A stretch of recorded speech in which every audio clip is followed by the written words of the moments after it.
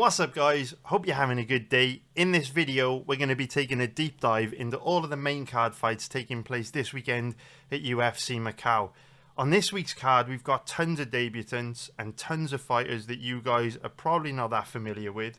So I've been working really hard this week to research all the fights on this card so that you don't have to. We all lead busy lives. I know you guys are crazy busy, so you probably don't have the hours in the day, the time this week to really learn about all these new fighters coming into the UFC on this weekend's card. So don't worry, I've got you covered. We're going to be going into a lot of detail on all of the main card fights on this card. And if you want to watch my breakdown videos for all of the other matchups on this card, on the prelims, just head on over to my website, MMABettingTips.com, and you'll find breakdown videos for every single fight on every single UFC card on there. Also, as a bonus this week, if this video gets 100 likes, I will do a bonus YouTube video tomorrow where I break down the two most requested fights from the prelims. So leave a comment below. Let me know which fight you'd like me to cover in an additional video this week from the prelims, and we'll come back on Friday and we'll get that done. There's some very, very interesting matchups on this card. I know there are, no really huge names on the prelims, but the riches, the big gains, the good profits are in fights like this because there are very few people in the world willing to sit down, put the work in, and spend a lot of time researching these fights, really understand the strengths and weaknesses of all these fighters and how they match up with one another. So these kind of fight cards are really where the money is. We perform very well on them. And hopefully, with the information I share with you in the breakdown videos this week, you'll be able to, make some better bets, maybe even in some extra cash this week. Before we get into breaking down the main card fights from this weekend, though, there were a couple of comments that were left on last week's video, which I did find a little bit disrespectful and a little bit triggering. So I do want to address them because they were really misinformed and out of line, in my opinion. And so I just want to kind of call them out. Obviously, I receive negative comments on every video I drop, every content creator does. But these two were particularly triggering because of how misinformed they were. So I'm going to read them out and then basically give you my perspective on things. So the two comments, the first one was from a guy called Don Rain. So at the beginning of last week's breakdown video, where I said I was betting on Jake Paul, I basically talked a bit about crypto at the beginning of the video and said that I was really sorry that last week's upload was late, but crypto is exploding at the moment and there's a lot of opportunity to make life-changing money. And so I've been super busy because as well as having to bet football, research the UFC, I'm also trying to maximize the amount of money I can make during this crypto bull cycle because it won't last forever. We know that these cycles tend to run on a 4-year cycle. They come along once every 4 years. And when they're here, you have to make the most of them because they don't last forever. So Don Rain basically said, crypto is the longest running con ever, and I can't believe you're promoting it at an all-time high. Gross. Okay, so we're going to go through this comment in a sec. I think your comment's pretty fucking gross, actually, Don. And then Kieran Calder said, yeah, I've been watching him for ages. This really disappointed me, not going to lie.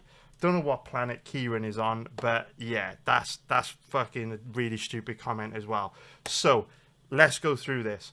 So Don, I want to actually go from the back to the front, okay? So first of all, Don says, I can't believe you're promoting it at an all-time high. Gross. There's a couple of issues with that. The first issue being, I've been talking about crypto on this channel for years. If you just did a search history on my YouTube channel, you can see made a video about Bitcoin 3 years ago, another video about crypto here 3 years ago.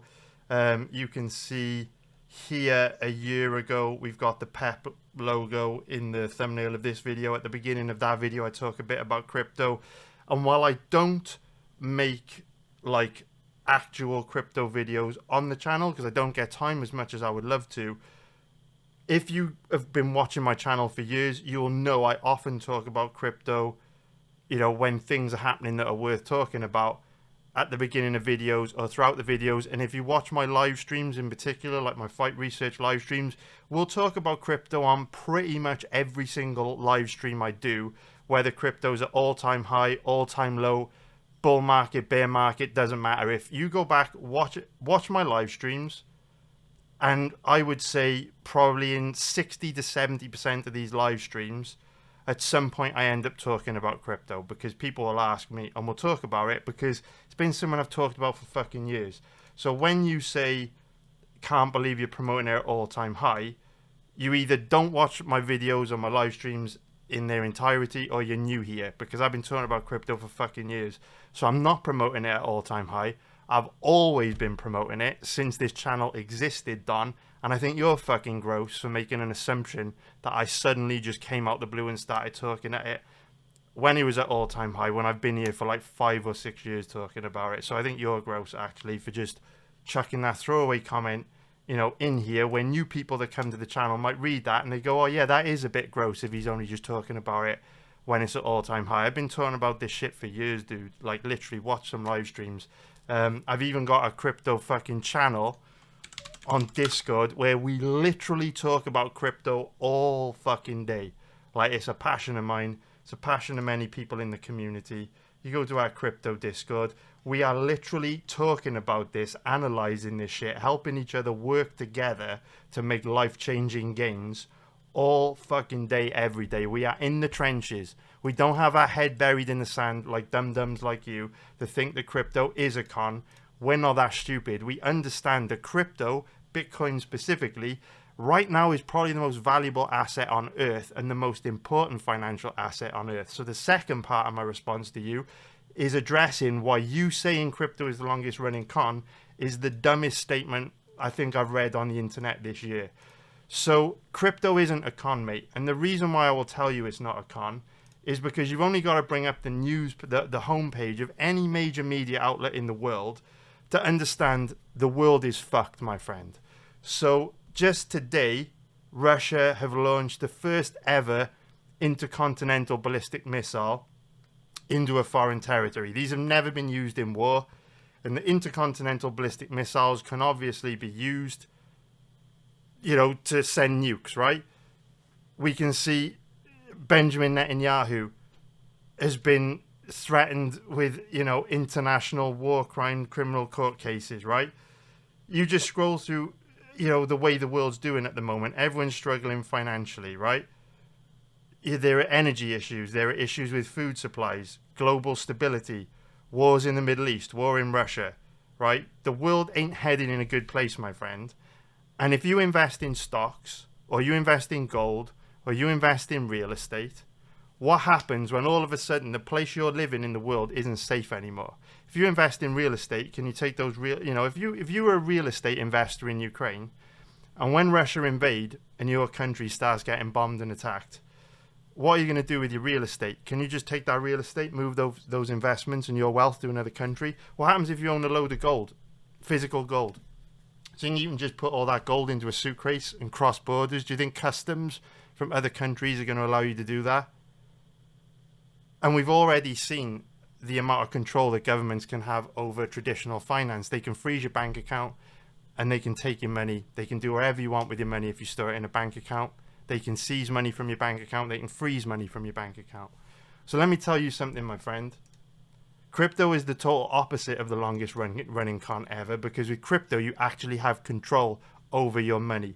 So when someone tells me they think crypto is a con, that just tells me that you don't understand the world you're living in, my friend. You don't understand money. You don't understand the economy. Okay? Crypto's the most valuable asset you can own in the world right now. Because if where you're living in the world right now goes to shit, you know, maybe you've been a real estate investor and experiences, you know, the area experiences bad weather, flooding, property damage, fires. Maybe you get invaded. Yeah, maybe there's like a natural disaster. There's been chemical spills and stuff in certain parts of America. What are you supposed to do, dude? What do you think's going to happen to the value of your real estate? You think you can just move, you can sell up, you can take your wealth, you can move somewhere else in the country, move somewhere else in the world? No. With crypto, you can. Within seconds, click of a button, boom, you can move your wealth with you anywhere in the world. Something happens, you have to go and you have to move your family to a different part of the world, you can take it with you. Yeah? So it isn't a con. There's a real world use case. And as the world becomes more and more unstable, are you noticing, my friend, that the value of crypto is going up and up and up and up? That's not a fucking coincidence. Do you really think that if crypto was a con, Bitcoin would be sat just under $100,000 here? As the world becomes more unstable, crypto becomes more valuable and more important than ever. So fucking educate yourself, my friend. Where you're living in the world might be really safe, might be really cool, might be a great part of the world to live in, where you don't have to worry about natural disasters, corrupt governments, high taxation, war. Yeah, it might be really cool where you're living in the world, bro, but it's a big fucking world out there, and crypto appeals to big percentages of the 6 billion people that live on Earth, because a lot of us don't have the same security that you clearly do. So educate yourself. It isn't a fucking con, and it isn't gross that I'm talking about crypto, because the whole point of me setting up this channel in the first place was to help people do better in life, help people make money. Diary of a Pro Gambler. I've been profitable betting on sports for 15 fucking years, my guy. Every year I've done this, I've made a profit. Every single year I've done this, I've helped people make money. And it's not just about sports betting, it's about life, right? I'm 40 years old. I got a lot to share with people, a lot of information. Educate yourself on crypto, dude, because if you don't, you will get left behind. You're probably the same stupid motherfuckers that were calling crypto a scam when Bitcoin was at $3,000 7 years ago. If you would have just woke up, smelt the fucking coffee, did your research back then, and understood why it's important for the future, you'd already have banged out a fucking 15x on your money. I guarantee that's probably a hell of a lot more than you've made betting on sports if you're as stupid as you sound with fucking comments like that. So before you come at someone, please look into their background and please understand what they're about and what they've been talking about for a long time. Don't just fucking throw comments around that. Don't just throw comments like that up on the internet, because it's fucking triggering. Show people more respect. Kieran Calder, what are you even on about, mate? Been watching him for ages, is really disappointing, not gonna lie. What are you even on about, mate? What are you on about? What are you on about? Do you know what I mean? If you don't like it, go watch someone else. Simple. My mission is to try and help people do better in life, try and make more money, try and get on, try and have a better future. We all want a better future for our families, right? Strongly believe you get into crypto, that's one of the ways you can do it. Are there scams in crypto? 1000%. They're pump and dumps? Yes. Celebrity scams. Chimaev, you know what I mean, launched the fucking Smash token, all that sort of stuff. You've got to be smart. You can get scammed in crypto, but that doesn't make crypto a scam. You have to be smart in all aspects of life. You can get ripped off, you go buy a new car, yeah? You can buy a bad stock and it can go to zero, yeah? Whatever you do in life, there's danger, there's risk. But if you educate yourself, you learn about it, you do things in the right way, there's incredible life-changing opportunity here. And I think history speaks for itself with how crypto has outperformed basically every single asset class on Earth for the last 10 years. So, you know what I mean? Just educate yourself and stop being ignorant, posting dumb shit like this. It's very, very triggering to guys like me. They're actually passionate about helping others. If I thought that crypto was dangerous and a scam and a con, I certainly wouldn't be putting my reputation on the line and talking about it publicly. So wake the fuck up and get smarter, because comments like that are absolutely fucking brain dead, to be honest with you. Okay, so back into the UFC stuff now. As you can see, I'm very passionate about this. I just hate dumb motherfuckers when they come at me, because they need to learn their shit instead of trying to sound smart on the internet, calling people out that have put years and years and years and years of work into actually learning something they're too ignorant to learn about. So anyway, we get into the breakdowns for this week now. You already know we crush it live betting on the UFC. It's my bread and butter. We made another profit last week. I've rambled and gone on about crypto, so I'm not going to drop a little video clip of the money we made live betting last week. Maybe I'll do that on the next video. We'll see. Sniped another little winner on the UFC last week. We're going to make a profit. Well, very, very likely we're going to make a profit this week as well, because we make a profit on 70% of events. But typically we perform extremely well on these low-key fight night cards, because like I say, there are very few people in the world willing to put the time and the work into researching all of these fighters on a very deep level. So if you take the time out of your week to do that, you will have a very big edge betting a card like this, particularly in live betting.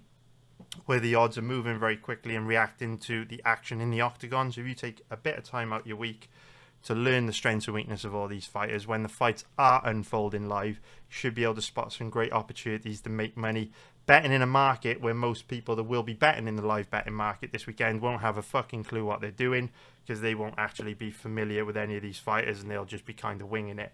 So yeah, we're going to crush it this weekend in UFC live betting, I have no doubt. If that interests you, check out my website. But enough of the rabbiting on. We didn't even get to Sky News. We stopped at CNN. The world is fucked, boys. But what we do need to do is bring up the implied probability calculator. Here we are. And we need to start off by taking a look at the main events odds, which is Peter Yan versus Davison Figueiredo. So we can see that Peter Yan is currently a pretty big favourite at average odds of about 1.31, which is minus 323 for an implied probability of 76%. And if we take a look at the odds on Davison Figueiredo, here's about an average of 3.45, which is going to be plus 245 for an implied probability of 29%. So Peter Yan is 31 years old, 5'7", with a 67-inch reach. Davison Figueiredo, 36 years old, 5'5", with a 68-inch reach. So we can see that both guys are about the same size. Peter Yan is a little bit taller, but that's offset by the fact that Figueiredo's got a slightly longer reach. And we can see that Figueiredo is 5 years older than Peter Yan. Now, age in the context of this fight is quite an interesting one, because 36 years old, and we can see that Figueiredo is going to be 37 years old next month. That is very old for a bantamweight. We know that the lighter weight classes are all about speed, reflexes, and athleticism. And so you tend to decline earlier in your career at bantamweight and the other lighter weight classes. There will always be exceptions to the rule, but that's the general trend, and you want to be betting with the trend on your side. What's interesting about Figueiredo, though, is I actually think he's looked better than ever in the bantamweight division. Obviously, the weight cut at flyweight was absolutely brutal for him, and I personally think he's put in some of the best performances of his career in his last two fights against Marlon Vera and Cody Garbrandt. In particular, he looked excellent in his last fight against Marlon Vera. So while we should expect Figueiredo to be declining from fight to fight, I wouldn't necessarily say we're seeing signs of it, which could mean Figueiredo is perhaps a bit of an outlier. Of course, when you are 37 years old in the bantamweight division, father time can creep up on you very quickly, especially when you've been through as many brutal cuts as Figueiredo has. But yeah, Figueiredo is certainly looking better than ever to me, so we'll keep an open mind on that. Perhaps one of the reasons why Figueiredo is looking better than ever is obviously there's very little drug testing in the UFC anymore since USADA left the promotion back in January. So perhaps the secret juice has given Figueiredo some longevity to his career, and perhaps that's boosted his athletic performance. But that's all speculation, whatever the reason is. Figueiredo's looking all right these days, to be fair. Peter Yan, on the other hand, fell on some rough times, right? 3-fight losing streak against three of the best fighters in the division, but did put in a very good performance against Yadong Song in his last fight. And this is obviously a very difficult stylistic matchup for Davison Figueiredo this weekend, particularly because it is a 5-round fight. If this were a 3-rounder, I actually think Figueiredo would have a much better chance of winning. But the problem with Figueiredo has always been he does tend to fade and slow as fights wear on. His volume does tend to dip as fights wear on. And Peter Yan at times has been a bit of a slow starter as well. So, you know, even though Peter Yan has lost a lot of high-profile 5-round fights, I actually do think he's a better 5-round fighter than a 3-round fighter, because he quite often takes the first round off and starts very slow, which can be very costly when there's only 3 rounds in a fight. But when there's 5 rounds in a fight, you've got 4 more rounds to make up for it if you do take that first round off and take a little bit of time to feel your opponent out, find your rhythm, settle into the fight a little bit. So in terms of how these two match up from a stylistic point of view, I do think this is a fight where Peter Yan is significantly better than Davison Figueiredo everywhere. I think he's the better MMA grappler out of the two. He's certainly the better striker out of the two. Of course, Figueiredo does hit very hard. He's a strong, powerful guy. However, we know Peter Yan has got a granite chin. He's never been knocked out, as far as I know. Yeah, he's never been knocked out. I don't even think I've ever seen him hurt on the feet or rocked or wobbled or anything like that. Granite chin, tough as nails. So even though Figueiredo hits hard, I don't think, aside from landing the odd single shot here and there, he's really going to be able to hurt Yan too much. And Figueiredo's not going to be able to keep up with the pace that Yan is capable of setting. We know at times Yan can be a little bit passive, take rounds off, but ultimately if Yan really goes for it, gets in Figueiredo's face, lets his hands go, Figueiredo's just not going to be able to keep up with that pace in a 5-rounder without getting outstruck by a decent margin. And while, to be fair to Figueiredo, he's probably a stronger MMA grappler than Yan for maybe 1 round. Figueiredo's problem is that if he grapples just a little bit, he does tend to burn through a lot of energy and gas himself out quite quickly. Figueiredo could probably grapple at a decent level for 2 rounds, but outside of that, he's just going to be too tired to do it. And the thing about Yan is, even though we know he can be taken down, he is difficult to take down. He's very scrambly on the ground, and he does make you work very, very hard to maintain top position. He's very, very good at scrambling back up to his feet. So Figueiredo would have to burn a lot of energy to have any success with his grappling here. So this is one of those fights where I think Yan wins a really high percentage of the time. I'd be very surprised if Figueiredo were to win this. I think the only realistic scenario in which Figueiredo could win this fight is if Yan puts in one of those kind of passive, tentative performances, which we do get from him every once in a while, where he doesn't really let his hands go, struggles to put his stamp on rounds, consciously makes rounds closer than they need to be through a fight IQ issue and a lack of aggression, and then maybe we get some kind of bad judging decision or something where Figueiredo may nick a split decision. But I do think that's pretty unlikely. I think Yan has learned from some of his earlier performances that he needs to do a better job of putting his stamp on rounds, and that's why we've seen him look way more aggressive against guys like Yadong Song and Sean O'Malley. So Yan wins this fight a very high percentage of the time.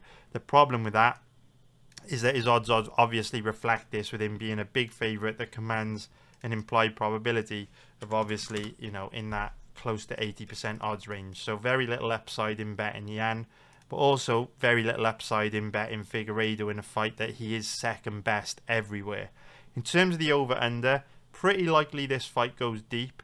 Both guys are tough, both are well-rounded. We also know Yan tends to be a slow starter, and with this being a 5-rounder, Figueiredo, if we look at his most recent fight against Brandon Moreno, is quite likely to want to also start quite slow and pace himself. So it is quite likely this fight goes deep, but at the same time, I wouldn't be surprised to see kind of a 4th or 5th round stoppage for Yan, because if he really goes for it and he really wants to make a statement, I think we could find Figueiredo in the same sort of position we've seen him in some of the Brandon Moreno fights, where he just gets to a point where he's too tired to defend himself. But he is a tough fucker. He does look a lot better at bantamweight. His cardio certainly looks a lot better at bantamweight. And a slow start from both guys to pace themselves could see Figueiredo's gas tank holding up reasonably well, to the point where it is going to be difficult to get him out of there in the 4th and 5th. But we know when Yan really gets going, it can be a bit of a buzzsaw and very difficult to deal with. So in terms of the most likely outcome for the prop bets, most likely outcome, I guess, is Yan by decision, but the odds are not good.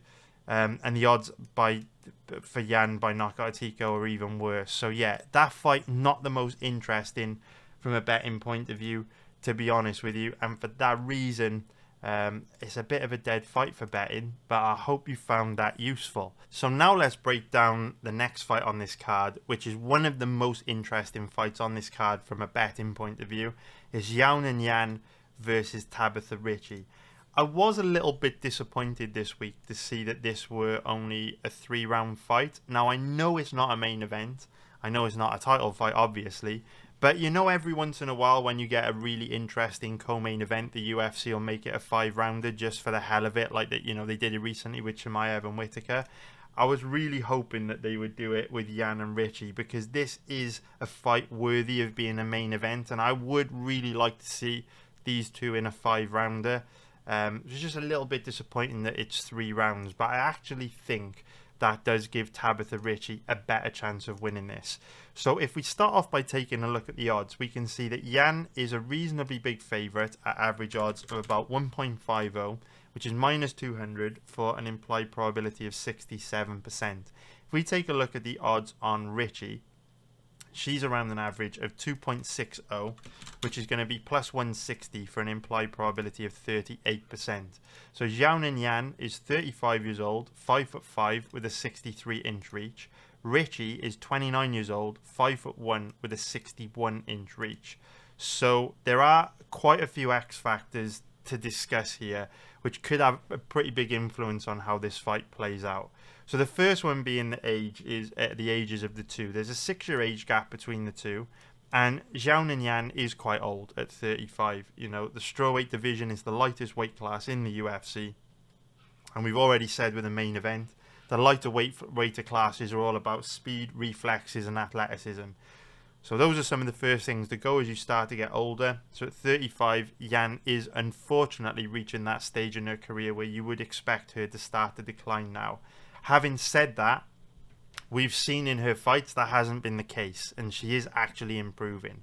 So there will always be exceptions to every rule, exceptions to every trend. That's why doing the fight research is so important and looking at the fight footage to analyse what is true. And from Yan's performances in the UFC, we can see that since moving to train at Team Alpha Male, she is getting a lot better. There's just no denying that. And I'm sure with this being, you know, perhaps even a title elimination fight, she's going to probably put in the best performance of her career this weekend. There is also a pretty big size difference between the two. Yan is 5'5" with a 63-inch reach. Ritchie is 5'1" with a 61-inch reach and has one of the smallest wingspans in the UFC. She is one of the smallest fighters in the UFC, and size matters. We've got weight classes for a reason. So while Yan is a big, strong, physically imposing fighter that hits very hard to the extent where, you know, she can even give some of the strongest girls in the division like Weili Zhang and Jessica Andrade problems on the feet, she's now facing someone very slight, very feminine, that doesn't have the most physicality to her overall game in Tabitha Ritchie. And so while, you know, Yan does have some issues in this fight, which we're going to discuss, her strength and physicality and how much stronger and more physically imposing she is over Ritchie will help her deal with some of the issues that Ritchie presents in this fight. And when we get to the footage and we analyse the footage, you guys will see where I'm coming from a bit better.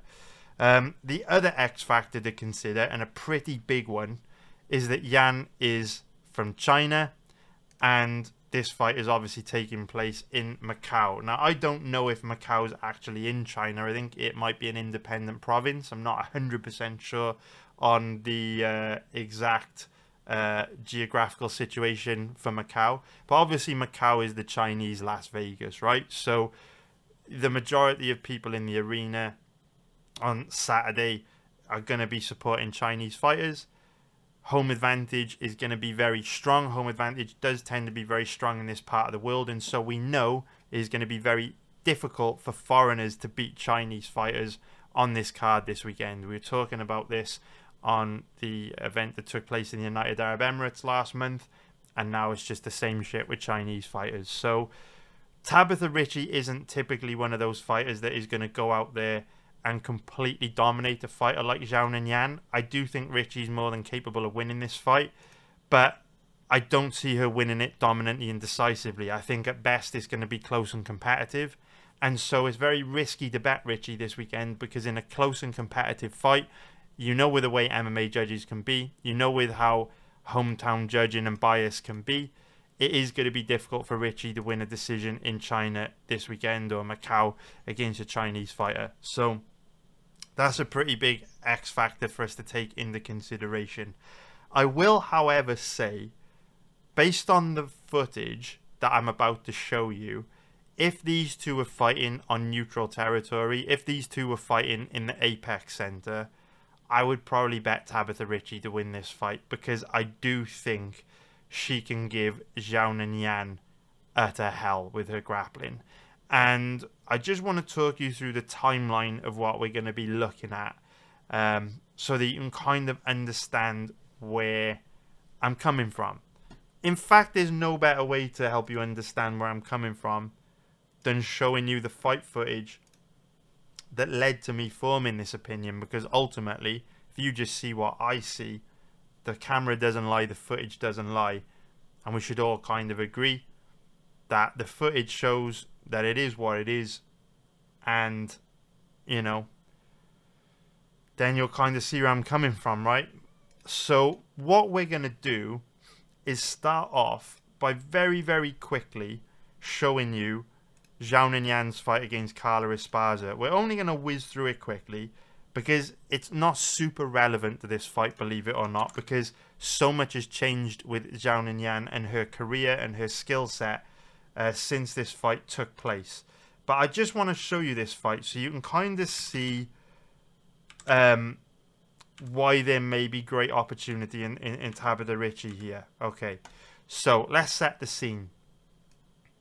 So back in 2021, Zhao Ningyan was this, you know, up-and-coming prospect in the division who was on a huge winning streak and had picked up a couple of wins over some pretty big names in the division. Claudia Gadelha was obviously, you know, the number one contender in the strawweight division for the longest time. She was Joanna Jędrzejczyk's biggest threat and biggest rival. Karolina Kowalkiewicz was obviously in the title picture back in 2020 as well. And Angela Hill was, you know, a very capable gatekeeper of the division, you know, where a win over Angela always meant something, you know, certainly enough to thrust Yan into the title discussion, where she was then given matchups against two high-profile fighters like Kowalkiewicz and Gadelha. She then runs into Carla Esparza, and for the first time, really, we see her takedown defense tested. And she got exposed a bit because it turns out that her takedown defense and ground game was at a very low level. So we can see it here where, you know, Esparza shoots that double leg, 5 seconds into round 1, gets it easily. Now, I'm going to show you sequences like this because this is where physicality and strength comes into play, because like we were saying at the very beginning of the breakdown, Ricci is one of the smallest fighters in the UFC. She's quite slight, she's quite feminine, she's not very strong, doesn't have much physicality to her game. With Yan, she's very strong, she's very physically imposing. So while there are big issues with her skill set, with her takedown offense, with her ground game, she can somewhat get away with some of those issues because she's strong enough to kind of just muscle her way out of positions. And on top of that, Yan also has great cardio. So whereas sometimes you get these fighters that don't have the best takedown offense, don't have the best ground game, but they're really strong and they could just power out of bad positions, but then by doing that, they're going to tire themselves out. Yan doesn't really have that weakness. And you kind of see it here. You know, Yan gets taken down. She's strong enough to literally stand back up. Carla drags her back to the ground, but then she's strong enough to get to her knees, again, stand back up, right? This isn't done with the best technique. She's just a big, strong girl. But strength and physicality can only take you long before you need the technique to back it up, right? So we can see Carla is hitting these takedowns easily and eventually manages to establish this top position about 30 seconds into the first round. So if we just hit play, what I now want to do is very, very quickly skip through this fight just so you can see how weak Yan is off her back.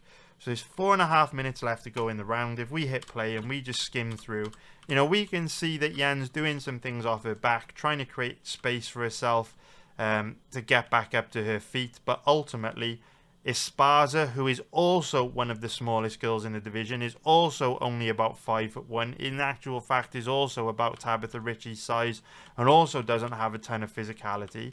Despite this, she's able to quite easily hold Yan down for the rest of that round, dominate her from top position. And to be fair, after those initial scrambles in the first 30 seconds, Yan doesn't even come close to working her way back up to her feet. So then into round 2, we can see Esparza again easily gets Yan down. Yan damn near falls to the ground. And again, same old story. Yan is active off her back, she's scrambly, but doesn't really come close to working her way back up to her feet. And eventually Esparza traps her in a crucifix and just forces the referee to stop the fight. So in that fight, we can see that, you know, Yan's got real bad takedown defense and is very, very weak off her back. And at least back in 2021 when she fought Carla Esparza, she's the kind of fighter that if you took her down, you could hold her down very easily.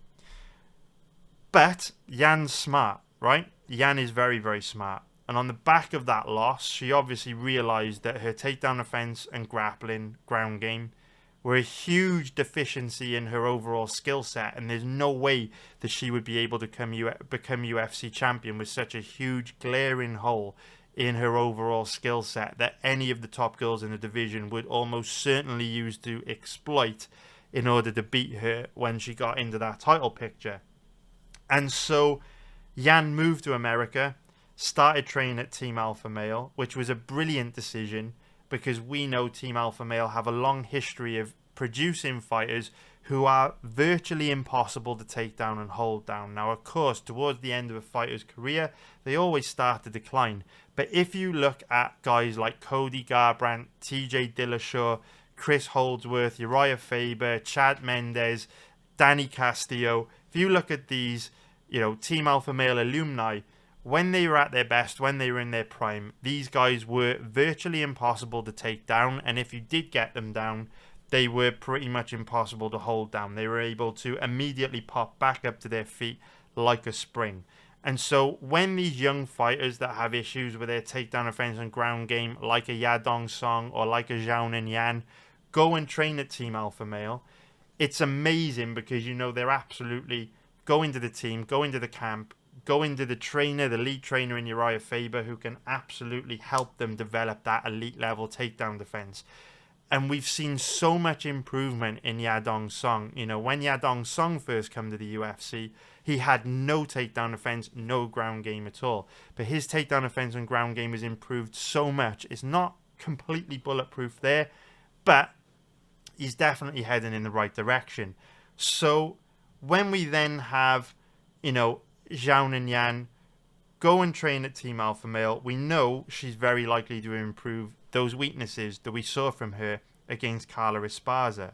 And then in her next fight, she faces Marina Rodriguez. You know, we know Marina Rodriguez is very much primarily a striker. So that fight, you know, and she's only been trained at Team Alpha Male for a few months, so that's not going to tell us a whole lot about her improvement. But then she runs into Mackenzie Dern, who's obviously one of the most dangerous grapplers in the UFC, not just the division. Dern's Brazilian Jiu-Jitsu is absolutely elite. And while Dern's offensive wrestling's not particularly good, in fact it's terrible, it always has been, the thing is, when your takedown offense is as bad as, you know, Zhao Ninyan's or what she showed us against Carla Esparza, you'd expect her to get absolutely cooked by Mackenzie Dern, because with how low level Yan looked on the ground against Esparza, with how much more dangerous Dern is than Esparza, you'd expect Dern to tie her up in knots and dominate her on the ground. That's not what happened.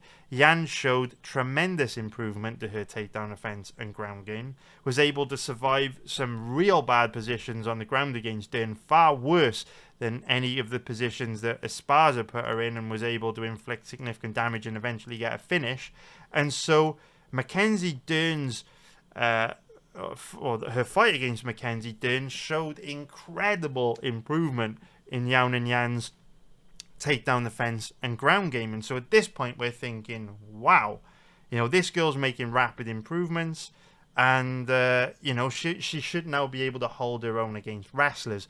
The problem with this performance, though, is that Mackenzie Dern is not only not only a pretty bad offensive wrestler, but she doesn't really chain wrestle or persist with the takedowns. She's one of these fighters that is, you know, doesn't shoot tons of takedowns in a fight, doesn't really have the striking to set up those takedown entries, doesn't really commit to really deep traditional single leg and double leg entries. So while it is very impressive that Yan was able to, for the most part, neutralize the threat of Dern's grappling in that fight, I guess what the Weili Zhang fight then showed us is that there's still a lot of issues with Yan's takedown offense and ground game, which we're going to look at now. So, after the Mackenzie Dern fight, when you compare how Yan looked in the Dern fight compared to the Carla Esparza fight, I was really optimistic about Yan and Yan's future in the division. We've actually got it good to go here. Yeah, I was actually really optimistic about her future position in the division, but in actual fact, this fight kind of exposed Yan for still having a lot of issues. And I think this footage I'm about to show you right now is going to help you understand why I think Richie is a very live underdog this weekend. So,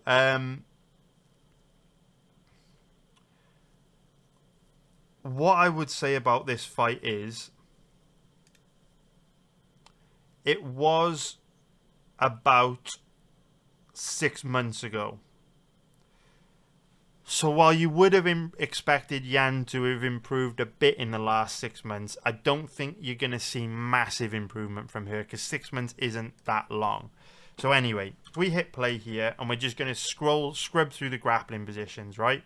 So we're mainly going to focus on Yan's takedown offense and ground game because ultimately this fight against Richie is going to be decided by whether or not Yan can keep the fight standing. So here we can see Yan actually gets the takedown on Zhang. But if we just scrub through, they're back up before long. And Zhang hasn't really shot a takedown or fully committed to a takedown in this round till about a minute left to go in round 1 when she shoots this takedown. So she gets to the body lock, looks for the outside trip, decides to go for the inside trip and just completes a judo throw into side control. So remembering the Carla Esparza fight, Yan was very, very weak off her back if you took her down. She didn't make much of an effort to get back up to her feet. And if we just scrub through, we can see same story here really. Yan is a lot more active on the ground in creating scrambles, but ultimately does spend the end of the round on the ground to the extent where Yan is probably 2 or 3 seconds away from getting finished here. Watch this sequence. Zhang actually gets to the brink of choking Yan out to the point where when the round ends, you can see there's only 8 seconds left.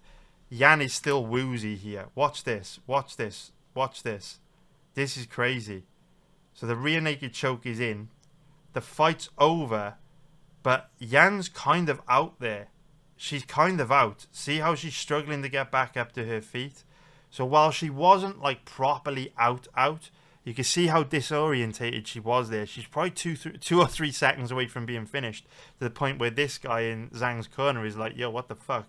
Didn't we just choke her out, ref? Like, this fight over? And Uriah Faber's having a panic attack trying to let her know what universe she's currently in because she just took a brief visit to the Shadow Realm. Anyway, into round 2. So if we scroll through, this time Zhang doesn't waste anywhere near as much time to go to the takedown, and just 30 seconds in, gets to the body lock and hits a very nice outside trip. Yan pops back up to her feet, but Zhang with a very, very slick back take. So if we just scroll through from there, you know, again, Yan comes close to popping back up to her feet, creates some scrambles and stuff, but ultimately Zhang is able to just kind of overpower her and keep her on the ground ultimately and just beat her up from top position. Now, what I do notice about this second round, like I don't want to like go through the whole of the second round, or it's going to make this breakdown video really long. So you could either just take my word for it now, or you can go do your own research and watch this fight yourself in its entirety.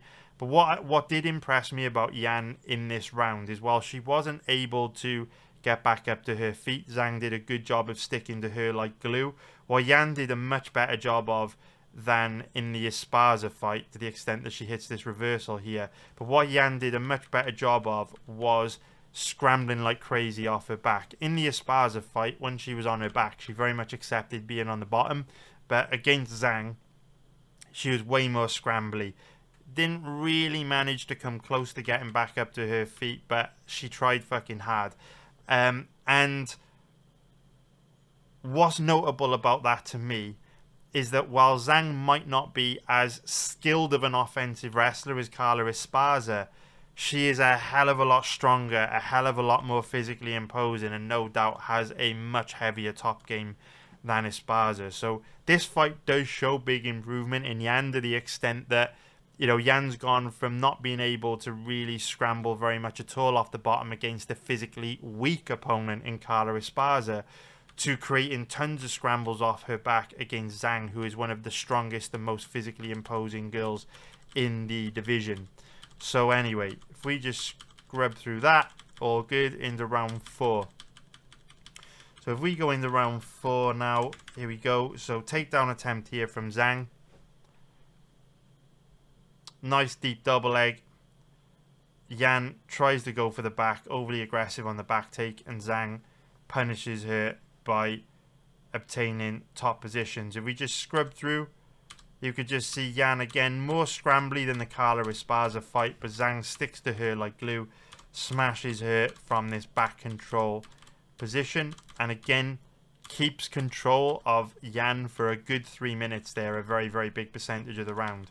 If we go into round 5, we can see here 30 seconds into the round, nice deep double leg entry, gets the takedown easily, and again, while Yan is more scrambly off the bottom, Zhang's able to just stick to her like glue, although she scrambles back up there, but isn't long before she takes her back down. Nice deep double leg there. Look how easily Yan goes down, man. Very, very easily with the back take all over her, and Zhang uses grappling to put in a very, very dominant performance. So this fight is really useful for us to gauge the probability or the chances that Tabitha Ritchie has got of winning this fight, because we know that to some extent this is a classic striker versus grappler matchup, where if the fight stays standing, we know Yan's got a big advantage. She hits hard. She's a more technical striker. Ritchie, because she lacks power and physicality, even if she were to outstrike Yan, which is very unlikely anyway, but even if she were to outstrike Yan, it would be difficult for Ritchie to win a decision against a Chinese fighter in a Chinese territory, because she just doesn't have much power in her hands. She's not going to be able to hurt Yan with her strikes. She doesn't really land with any impactfulness. So Ritchie's going to have to use grappling to win this fight. And what the footage from Yan's past performance shows us is that while, you know, she is making big improvements, there are also still a lot of issues there. So I just very briefly want to bring up one fight from Tabitha Ritchie, so you can see why she's a very live underdog here against Xiaonan Yan. And we're going to focus on the fight against Tisha Pennington. And the reason why we're going to focus on the fight against Tisha Pennington is because, in my opinion, Tisha Pennington's takedown offense and ground game is at a far higher level than Xiaonan Yan. This is predominantly for two reasons. The first reason being that Tisha Pennington is a lifetime martial artist with a background in Taekwondo, so she's got great balance. It's very difficult to upset her balance. When you see Carla Esparza and Weili Zhang, you know, hitting those inside-outside trips or getting in deep on her legs, and we see Yan go down easily, that's a lack of balance. You don't get that with Tisha Pennington. You know, you've really got to work hard to upset her balance to get her down. And Pennington's also got that small, muscular, compact frame, that low center of gravity, which again just makes it very difficult to upset her balance and take her down. So what we see from Tabitha Ritchie in this fight is a lot of chain wrestling. And chain wrestling is really important when you're facing someone as big and strong like Xiaonan Yan, because like we saw in Yan's fights against Carla Esparza and Weili Zhang, she is going to resist that initial takedown entry. She is going to try and scramble back up to her feet. But what we saw Carla Esparza and Weili Zhang do well is persist with the takedown. So Yan's going to do well against the kind of fighter like a Mackenzie Dern, where when someone shoots that first initial takedown entry, and Yan is big enough and strong enough to stuff that initial takedown entry, A fighter like Mackenzie Dern will be like, okay, I was unsuccessful with that takedown attempt. I'm going to reset, go to striking, and set my next takedown attempt for in another 2 minutes' time. That doesn't work against someone like Yan, because they'll just scramble out of it, keep the fight on the feet.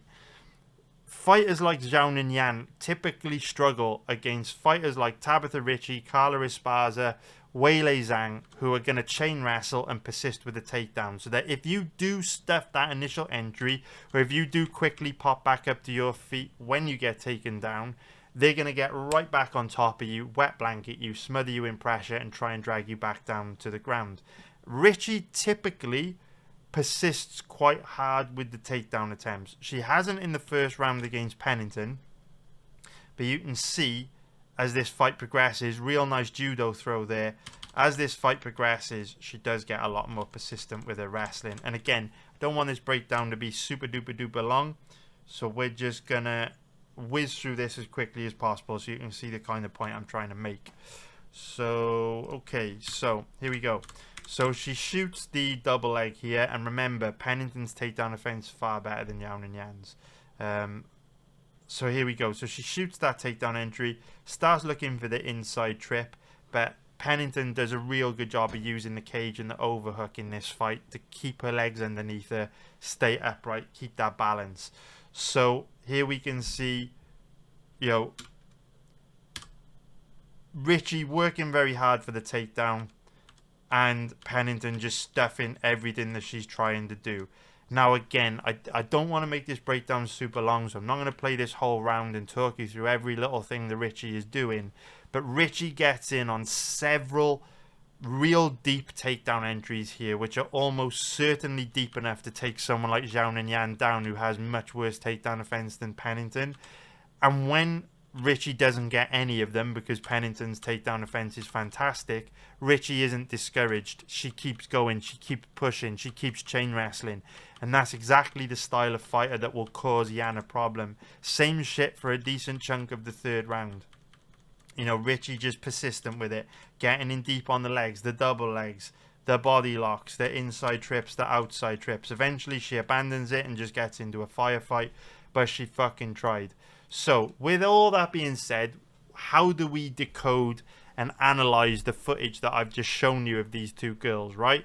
Well, what this fight is going to come down to is whether or not the physicality of Yan is too much for Ricci to handle. Because from a technical point of view, Yan's takedown offense is awful, her ground game is pathetic, and Ricci's offensive wrestling isn't bad at all. The problem with Ricci is that she lacks physicality and strength on the ground. So whereas Zhang was able to use her strength and physicality to just pin Yan down and hold her down, I'm not convinced Ricci's going to be able to do the same thing, because she's quite slight, she's quite feminine, she's very small at 5'1" with a 61-inch reach. So this fight is going to totally come down to whether Yan can avoid Ricci sticking to her like glue. Because what you might see in this fight is Ricci hitting takedowns and Yan just being so strong that she can stand right back up and continue getting to work on the feet, outstriking Ricci and inflicting more damage, in which case Ricci's takedowns, particularly in China against a Chinese fighter, are not going to score very high. But what you could see on the other side of the coin is Yan's takedown offense is so bad and she gives up such cheap takedown entries that with Ricci having relatively good cardio, with Yan easily giving up plenty of single legs, double legs, judo throws, inside trips, outside trips in the Esparza Zhang fight, even though Ricci may not be able to hold Yan down, we could see Ricci just repeatedly hitting takedowns, which, you know, completely shuts down and disrupts the rhythm of Yan's striking, and Ricci just keeps taking Yan down, scoring points with that, and just out-hustling her and outworking her with grappling. I could see that as well. And so when we're looking at this fight from a betting point of view, I think both those outcomes have a reasonably close probability of happening.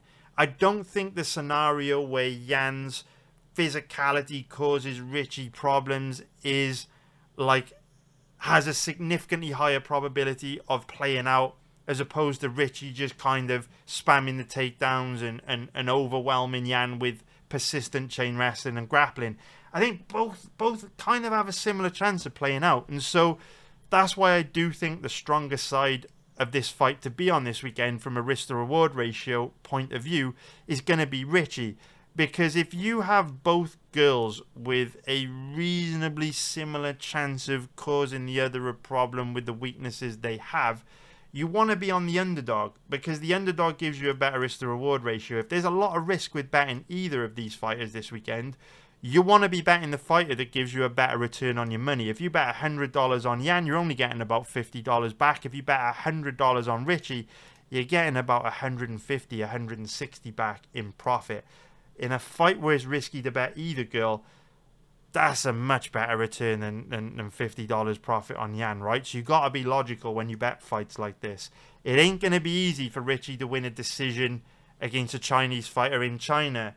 But in terms of how these two match up stylistically, Richie does have a great chance of winning this. And if this fight were on neutral territory, I would almost certainly bet Richie. I'm not going to bet Richie this weekend because just one of my principles for betting on MMA is that I don't bet against home advantage. I want to bet with the wind behind my back. I want to bet with strong trends in my favour. And I know that if Chinese fighters beat foreigners in the majority of fights in China, I want to be looking for opportunities where I can get a combination of home advantage on my side and a favourable matchup for the Chinese fighter. I don't feel this is a favourable matchup for Yan, and home advantage alone isn't enough for me to pull the trigger on a fighter. But at the same time, I ain't ever going to bet against home advantage either, because if we know Chinese fighters beat foreigners about 65 to 67% of the time on events in China, you'd be a fool to try and beat that trend and become profitable, cherry picking the 30-35% of fights along the way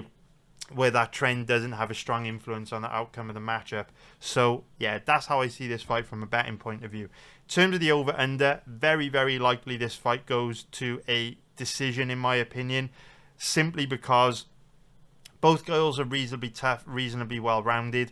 While it is obvious based on the Jessica Andrade performance, Andrade versus Yan, and Tabitha Richie struggling bad against Manon Fiorot, while it is possible that Yan could turn Richie into a panic wrestler and stop her with strikes, at the same time, I think Yan's takedown offense is so bad that unless it has improved significantly from her fight against Zhang 6 months ago, I think if Richie were to run into trouble on the feet, she probably would be able to alleviate the pressure she was under with takedowns, whereas in the fight against Manon Fiorot, we saw Fiorot, what she did against Blanchfield, what she did against Richie. She just completely shut the threat of Richie's wrestling down with her very good takedown offense. Yan's takedown offense isn't on the level of Manon Fiorot's, and so as a result, I think Richie will be all right to go deep here. So I wouldn't be betting on the under. The odds on the over are absolutely terrible. They don't appeal to me at all, but I do think this fight's very, very likely to go to a decision. In terms of the prop bets on this one, most likely outcome, I mean, it's going to go to a decision, right? The odds on Yan to win by decision is shit. The odds on Richie to win by decision aren't great either, because in percentage terms, the odds on Richie by decision aren't a whole lot better than just Richie moneyline.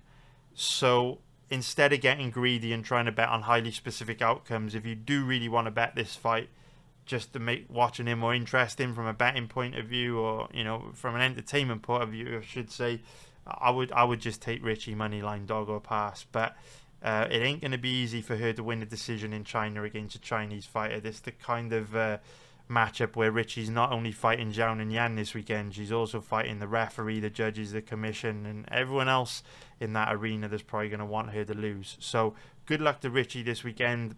Tough situation, but not a terrible stylistic matchup for her, in my opinion, for all the reasons I've shown you with footage in this video.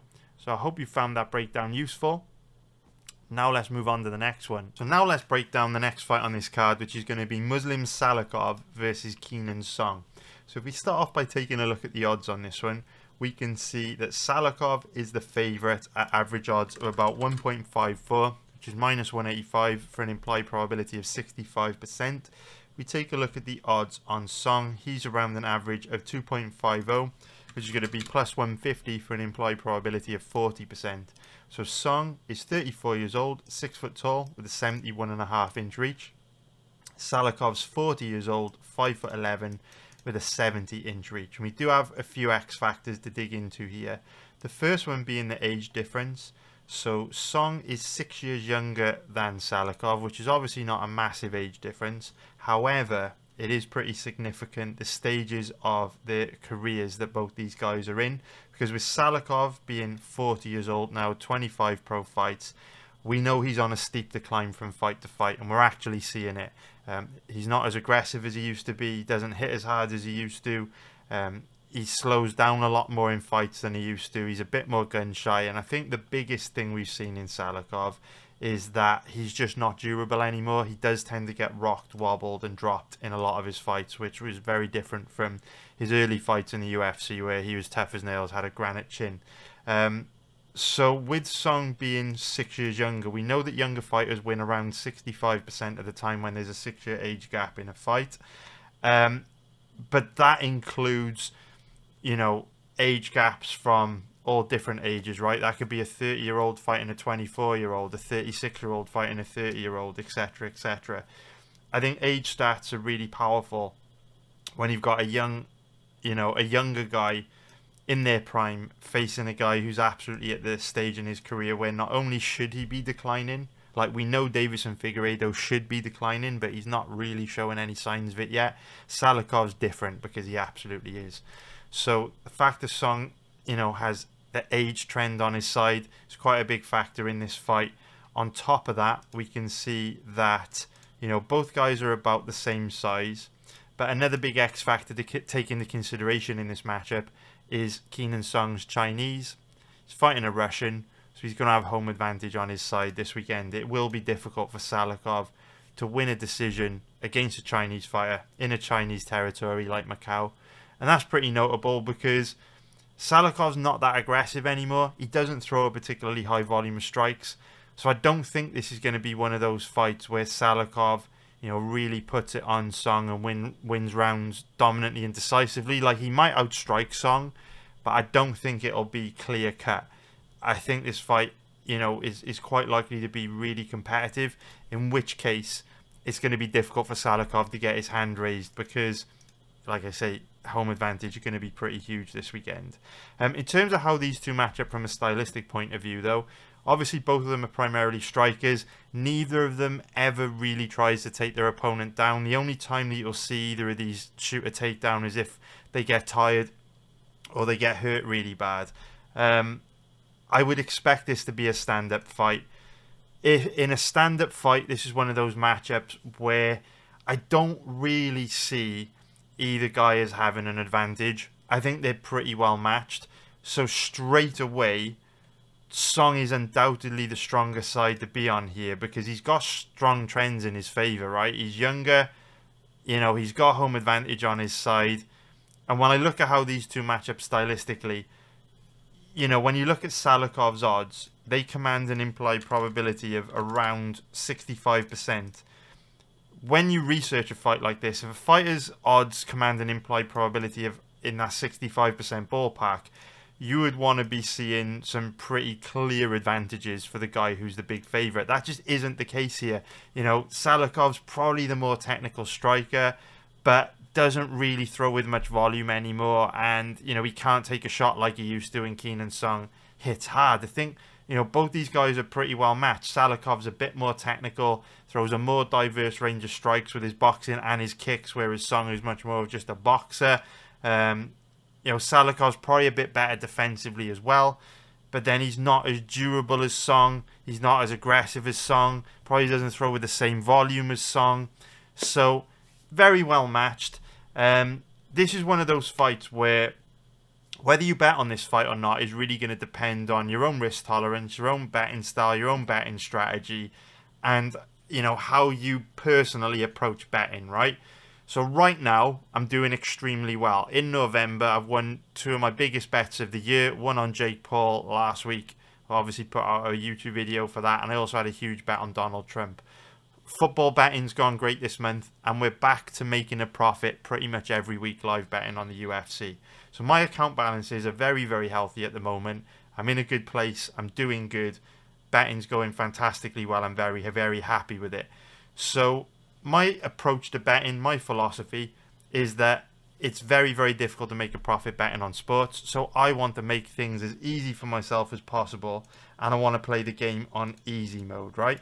So when I look at a fight like this, two guys that are very, very well matched, fight that could go either way because it's likely to be very competitive, I have to ask myself, do I want to put the money that I've worked hard to earn at, in a lot of danger betting on one of these guys when neither of these guys really have clear-cut advantages over their opponent, right? Do I want to put my money in danger, or do I want to wait, be patient, stick to live bet in this one, and know that if I keep it tight, if I stay very patient this weekend, I am going to absolutely murder on a card like this, and I'm going to make a lot of money on a card like this. I'll make thousands of dollars tomorrow. Very, very likely to make thousands of dollars tomorrow on this card, because I make 70%, or I make a profit on 70% of UFC events in live betting. I'm the best in the world at it.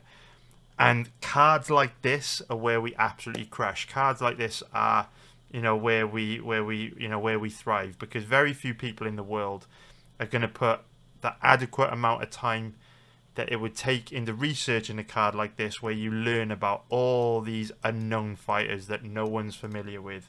So I've worked my absolute dick off this week to become an expert in the strengths and weaknesses of all the fighters on this card. So tomorrow, when these fights are taking place, me, my community, my live betting group are in a strong position to absolutely murder and make significant gains on a card like this. I'm very confident we'll do well tomorrow.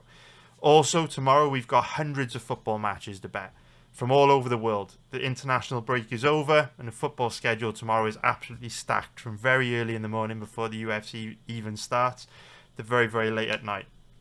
So tomorrow I know I'm very likely to make a fuckload of money, and so I have to ask myself, do I really want to be putting good money in harm's way betting on a fight like this where neither guy really has significant advantages over their opponent? Now, what I can tell you is you would have to be stupid to bet Salikov. He's a terrible bet. I don't know why you would want to bet on a 40-year-old kickboxer against a Chinese guy in China who's 6 years younger than him. It's going to be very difficult for Salikov to win. So this is no doubt a dog or pass fight.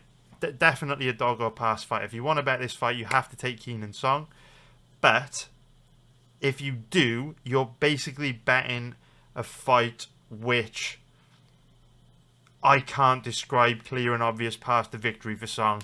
I just think it's going to be difficult for a 40-year-old Russian to beat a 34-year-old Chinese fighter in China when he doesn't have any notable advantages over him. Personally, my philosophy with betting is, if I'm going to pull the trigger, if I'm going to place a bet, if I'm going to put my money in harm's way, I like to be able to describe clearly and obviously and explain it to a 5-year-old why that's a good bet. You go back, watch our Jake Paul breakdown from last week. The reasons why we were betting Jake Paul, the reason why Jake Paul was my biggest bet of the year, were very clear and obvious. I could describe to you very clearly why I was betting so much on him. So, yeah, man, I just don't want to gamble. I don't like to gamble. Diary of a pro gambler, but I don't gamble. I only put my money in super strong positions, and that's why we make a profit live betting 70% of UFC events. That's also the reason why I've made a profit every single year for the last 15 years. You gotta be smart, because it's a tough game to play. All these motherfuckers on Twitter talking about how much money they make gambling, most of them are full of shit, to be honest with you. Very, very few people in the world make money betting on sports, so you have to do it properly, you have to be smart, and this is just the way that works best out of all the ways I've tried doing it over the years. So I'm going to stick to what I know works best. It's a tricky fight for betting, but I think we got a good chance of making some cash money on this one in live betting, so we'll stick to that and hopefully find stronger positions for us to put our cash on the pre-fight betting front. But you look at like Jake Paul last week, right?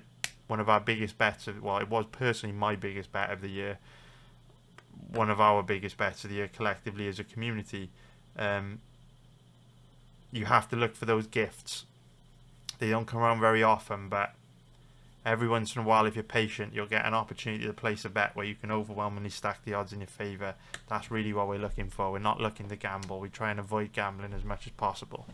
When you gamble, you're at the mercy of the universe, right? You're always at the mercy of the universe, but you're extra at the mercy of the universe when you gamble, mix it up, put your money in a lot of danger. So we try and avoid doing that as best we can, unless we can get very, very, very good, oversized and reasonably good risk to reward ratios for our money, like we've done with some of our winners over the last couple of months in live betting. But I don't feel Song's odds at an implied probability of about 41% really get me all that excited, if I'm honest. Okay. So in terms of the over-under on this one, it's quite likely to go to a decision. It is quite likely to go to a decision only because Salikov doesn't really like to engage these days. He's one of these guys that kind of counter strikes from the outside, tries to chip away at you from the outside. Song isn't like super aggressive either. You can see he's a bit of a decisionator. He's gone to a decision in his last 3. But gun to my head, if you said, Chris, you know, you need to pick on where this fight will go to a decision or not, your life depends on it. What are you picking in the even money odds range? I would pick this fight not to go to a decision simply because Salikov, 40 years old, does get rocked, wobbled and dropped in every single one of his fights now. You know, both are strikers. There's not going to be any clinch work in this fight. There's not going to be any grappling. So both guys are going to be throwing down for 3 rounds. Song will have the crowd behind him. I just think there's a good chance one of these guys gets dinged in 15 minutes and knocked out. And I wouldn't have said that a few years ago, but Salikov's nowhere near as durable as he used to be. The only prop I would consider on this would be Song by decision, but in percentage terms, his odds aren't a whole lot better than his money line odds. So if you really want to bet this fight to make watching him more fun, I would take Song money line, just because, you know, in the event that he does knock Salikov out, which I think there is a chance of him doing because of how fragile Salikov is at 40 years old, you know, or you know, then, you know, your decision bet would lose. You know, out of the 2 props, I would prefer to have money on Song by decision than Song by knockout or TKO. But still, don't get greedy, be smart, and just go money line if I were you. So I hope you found that breakdown useful. Now let's break down the next fight on this card, which is going to be Kong Wang versus Gabriela Fernandez. So Kong Wang is the biggest favourite on the card at average odds of about, we'll call it 1.11, which is going to be minus 909 for an implied probability of 90%. So Wang is 32 years old, 5'6" with a 66.5 inch reach. She's facing Fernandez, whose average odds are about, it's quite a big odd spread. We will just say 7.25. We'll keep it simple, which is plus 625 for an implied probability of 14%. Fernandez is 31, 5'6" with a 66 inch reach. So both these girls virtually the same age and almost identical in size as well. So it's actually a good stylistic matchup this. Both girls are primarily strikers. Kong Wang is a bit more well-rounded. She will grapple from time to time. She prefers to stand and strike, but there have been some of her fights in the past where she has mixed things up and grappled a little bit. I don't see there being any grappling in this fight though, because Gabriela Fernandez is one of these fighters who's very difficult to take down. If you get her down, she is super weak off her back. She's a bit like Zhao Nunyan. If you get her down, she's very easy to hold down. But getting her down is not easy. So with Kong Wang not being a natural grappler, I think we will see this be a stand-up fight. If this is a stand-up fight, it's a really good matchup. This is actually a low-key, very high-level fight between 2 girls who I think, you know, have a real bright future in the division. Kong Wang moves well. She's good defensively. She's very technical. She throws a nice, diverse range of strikes. She's got great cardio. Fernandez, also very technical striker. Lands mean, nasty, hard, impactful strikes. She's very, very good. It's a good fight. You know, both these girls, very technical strikers, very well matched. I do think this fight is likely to be closer than the odds suggest. Fernandez's striking is pretty legit. So if this stays standing, you know, Wang moves well and all that kind of stuff, but Fernandez is certainly capable of making this a close competitive fight. Having said that, you know, like I've said with other fighters on this card, Wang is a popular Chinese fighter fighting on a card in China, and so it's not going to be easy for Fernandez to win a decision against a Chinese fighter in China. Wang does have good cardio, so she can go hard for 3 rounds. The skill gap between these two isn't big enough to the extent that Fernandez would be able to dominate Wang or get a finish or anything like that. So yeah, it's going to be difficult to beat these Chinese fighters in China. It is what it is. Home advantage, a big deal in the UFC. We saw it in the recent Canadian card. We saw it in the United Arab Emirates card last month. It is what it is at the end of the day. So Wang's very, very likely to just, you know, edge Fernandez on the feet, get a hand raised. It is what it is. In terms of the over-under on this one, though, very, very likely, in my opinion, that this fight goes to a decision. The odds kind of reflect that. We can see that Wang, you know, even though her last 2 have finished inside the distance prior to that, not all that long ago, last year and earlier this year, she was fighting to decisions against fighters at a lower level than Gabriela Fernandez. And you can see Fernandez has gone to a decision in her last 3 as well. So very likely this one goes to a decision, in my opinion, to the extent that fight goes to a decision at 1.67 is not bad. I'm actually quite tempted by that, and I might actually bet that myself. I think I'll watch a bit more footage, or I'll re-watch a bit of footage on Wang, see if I want to pull the trigger on that. My concern for the betting on the fight to go to a decision would be that when Wang is on the ground, she is very aggressive in pursuing the finish, and Fernandez is at a very low level on the ground. So while Fernandez isn't easy to take down, if for whatever reason this fight were to go to the ground, like Fernandez were to slip, or maybe Wang does grapple more than usual, or maybe Fernandez gets knocked down and Fernandez jumps on top of her, at that point Fernandez would be in a lot of trouble, because like I say, Wang's very aggressive on the ground, even though she very rarely tries to take her opponents down. So I think if this fight did go to the ground, Wang would quite likely finish Fernandez. But because I don't see the fight going to the ground, I quite like fight goes to decision in that even money odds range.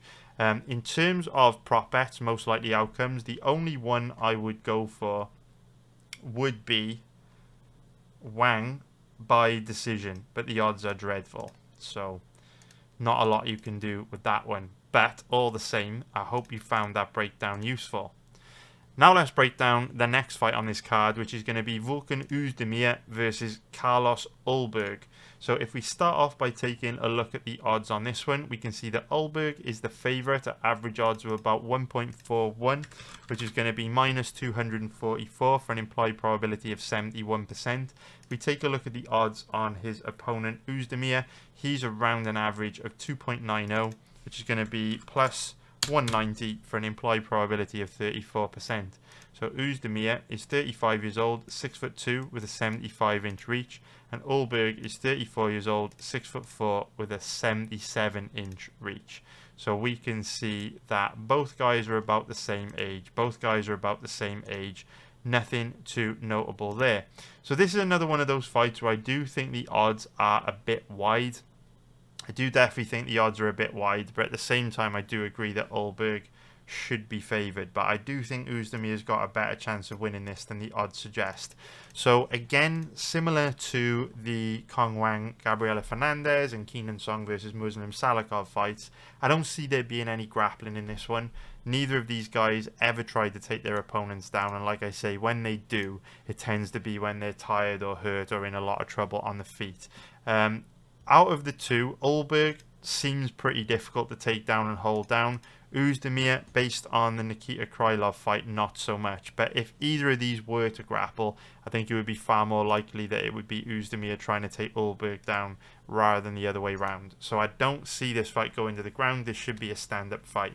In a stand-up fight, the dynamic that you're going to see is Ulberg on the outside, circling, on the outside of the octagon, chipping away at Oezdemir from the outside, and you're going to see Oezdemir taking control of the centre of the octagon, walking Ulberg down, trying to cut the cage off, and just trying to put a lot of pressure on him and make him uncomfortable in there. So that makes for an interesting dynamic, because Ulberg is one of these guys that is an effective counter striker for sure, and Uzdemir's striking defense isn't the best. He's very susceptible to leg kicks, he's very susceptible to counter punches because he's quite slow and he doesn't move his head too much. So Ulberg can have some success from the outside as a counter striker, there's no doubt about that. But if you watch Ulberg's fights, you'll also notice that he doesn't react well to pressure. And while in fights where he's in total control, he moves very well and he's very technical, if you start to pressure him and get in his face, which is exactly what Uzdemir will be trying to do, Ulberg all of a sudden panics a little bit, isn't as technical, and defensively looks a little bit sketchy. So this is one of those fights where it's going to come down to whether Ulberg can kind of get respect in there and deter Uzdemir from kind of coming forward and pressuring him with reckless abandon. Because the thing with Uzdemir is, you know, with how bad he is defensively, with how slow he is, there's a potential against someone like Ulberg for him to take a lot of damage. And there's also the potential for him to get knocked out, because when he's coming forward, he's obviously walking right onto the counter power shots of Ulberg. So the question is, you know, can Uzdemir channel his inner Nate Diaz, his inner prime Tony Ferguson, and continue to come forward and apply that relentless pressure to wear Ulberg down with pressure? Or, when he's coming forward and applying that relentless pressure, can Ulberg hurt him enough from the outside to inflict enough damage to maybe knock him down, knock him out, or make him more reluctant to sustain that pressure? I don't know which way it's going to go, if I'm honest with you. Ulberg's the more technical striker. He's unlikely to slow until like the third round. His footwork's good, his movement's good, he's better technically, he's better defensively. Ulberg's the better striker out of the two, and it's a stand-up fight, so naturally he should be favoured. I just think with the fact that he doesn't react all that well to pressure, having him as a favourite with an implied probability as big as, what would it be, like 70%? 71%.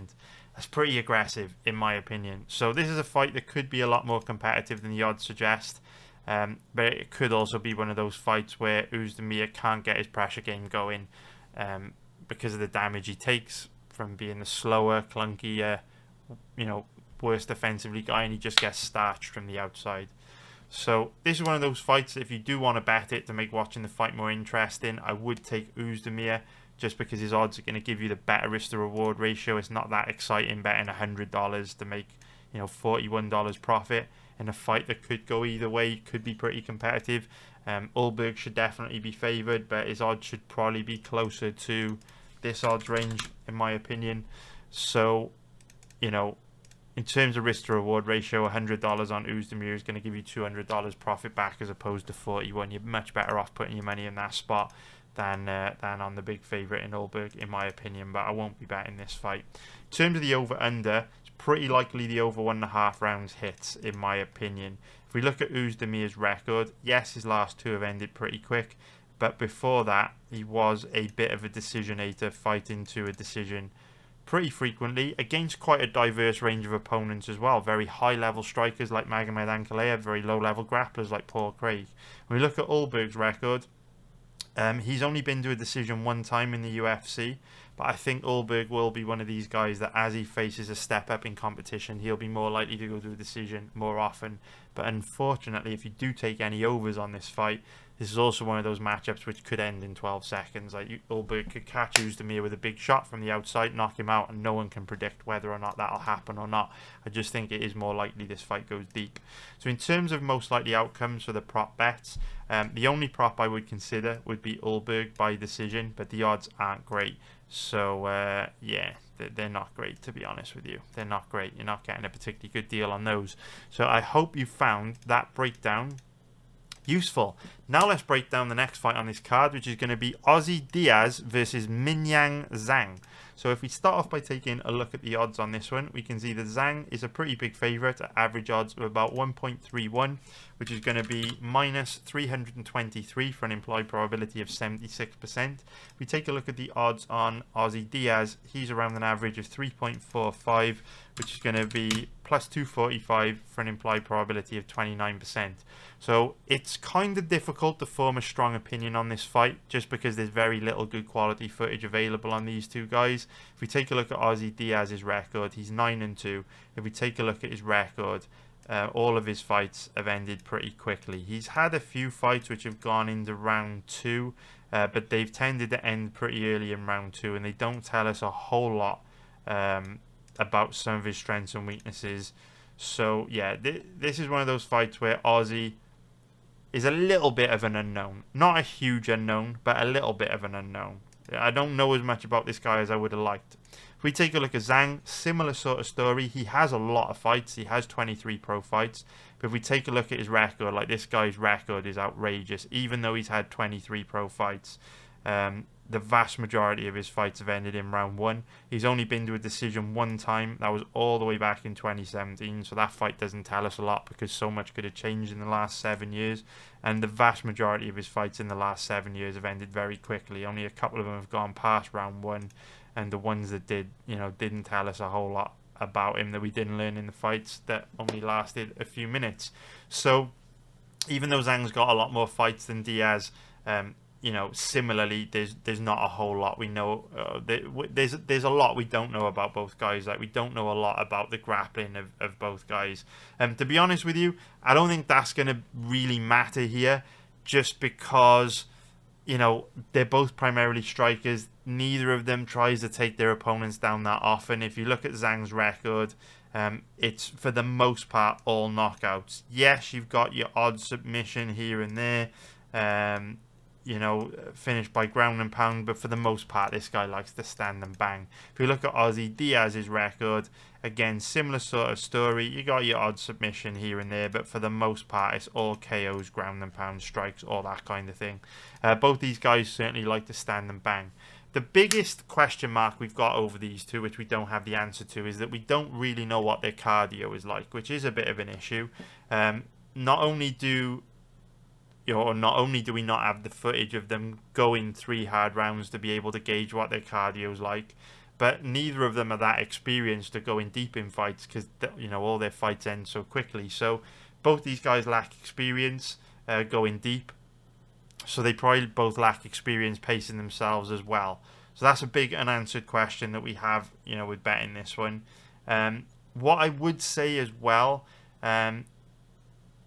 I would say with Zhang more so than Diaz does fit the profile of a fighter that will slow down as fights wear on, simply because he's so damn aggressive. Like, you can see why so many of his fights end in round 1 is because he's the kind of guy that has a kill or be killed style, comes out the gate super hard, trying to body everyone and knock them out and send them to the Shadow Realm in round 1.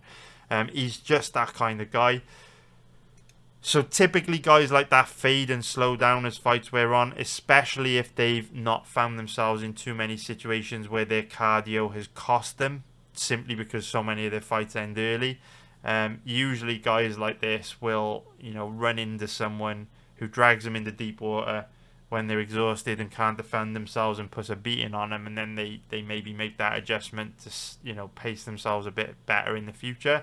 But Zhang hasn't had that moment yet. The kill or be killed style has been working for him because he's had so many first round knockouts, and so I'd expect a similar sort of performance from him this weekend. But if this fight does go into the second and third round, Zhang is someone that, based on trends, I would expect to slow. Diaz, on the other hand, also doesn't have much experience going deep in fights, but at least he paces himself better. He's not as aggressive as Zhang. He doesn't go as hard as Zhang. Now, of course, when you're facing someone like Zhang, it's very difficult to pace yourself because, if he's coming at you hard and forcing you to engage, you kind of got to react to it, right? So don't get me wrong, Diaz is going to be exerting a lot of energy in this fight as well. But the way I would look at this is Diaz is more likely to have better cardio than Zhang, because at least in his fights he's aware of pacing. And so even if he is forced to work harder than he'd like by Zhang, at least pacing himself and controlling his breathing and controlling his output is on his radar. Whereas with Zhang, it's literally just, I'm going to come out the gate from the first second and try to murder you. And he's not really thinking about anything else, which can quite often lead to adrenaline dumps and get you in a bit of trouble. Having said that, obviously Zhang's a Chinese fighter. This event's taking place in China, so home advantage is going to be huge. It's not going to be easy for Diaz to win this fight. And stylistically, you know, you'd certainly favour Zhang in this one. Like I say, I don't expect to see any grappling in this fight. Both these guys like to stand and bang. But something to think about is, you know, we don't know anything about the takedown defense of these two. So, you know, if one of these guys is like, you know what, this is a big opportunity for me, I just want to put a win in the bank, I'm not going to go out there and play rock'em sock'em robots and stand and bang and risk getting myself knocked out. I'm going to fight safe, I'm going to fight smart, I'm going to go out there with a grappling heavy game plan. Well, that might be really effective. Like, for all we know, Ozzy Diaz could be a pretty decent grappler.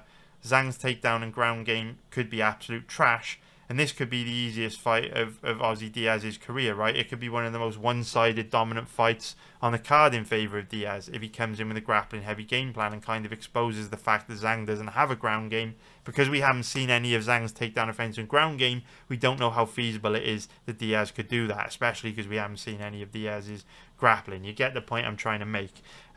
So in terms of how these two match up on the feet, based on past performances, we've got to assume this is very likely to be a stand-up fight.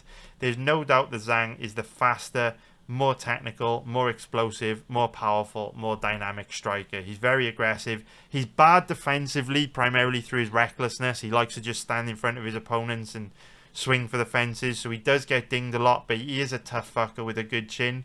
But he's fast and he's explosive and he's got knockout power and good combinations and he's dynamic and he's naughty and dangerous and evil on the feet and a tough challenge for someone to deal with, like Diaz, who's much more flat-footed, much slower. You know, these two are obviously fighting in the light heavyweight division, and Zhang is one of those more athletic, explosive light heavyweights, whereas Diaz is one of those more slow, plodding, flat-footed light heavyweights who, who reflects more of a heavyweight. You know, these two are, both light heavyweights. They're about the same size, but Zhang moves more like a middleweight and Diaz moves more like a heavyweight, and it's better to be the same size and lighter, and faster and more athletic. So Zhang has the advantage there. So it's a dangerous fight for Diaz. Zhang's faster, more technical, lands the harder, more damaging strikes, has home advantage on his side, but there's a lot of unanswered questions over these two, and whenever you've got a lot of unanswered questions, we're always likely to see a bit of chaos. So we'll keep an open mind on it. Hopefully we'll be able to make some money in live betting on this one. Now, in terms of the over-under, obviously, when you look at the vast majority of these two fights ended very quickly, it's unlikely this fight goes to a decision, but the odds reflect that, with it being steep favourite odds to end inside the distance. In terms of the prop bets, most likely outcome for me would be Zhang to win by knockout or TKO, but the odds are absolutely terrible. And at the end of the day, we look at Diaz's record. We don't really know what his durability is like. We don't really know how dangerous Zhang is going to be if Diaz can weather the early storm. So very difficult with so many unanswered questions on this fight to cook up, a good value prop, because there's just so many ways that this fight could go. So I hope you found that breakdown useful. If you did, please hit the like button below. I would really appreciate it. Subscribe if you haven't already. Help me grow this channel and get more people watching these videos if you think they would find it useful. It would mean a lot to me. So thank you very much, guys. Hope you crush it this weekend and make a lot of money. If you want a bit of help, if you want a guide in light, join our live betting group where we make a profit on 70% of UFC events. We don't fuck around. We do extremely well, and I'm the best in the world at it. You won't be disappointed. So anyway, nice one. Thank you very much for watching. Take care, everyone. I will see you all in the next video. Cheers, guys. Bye.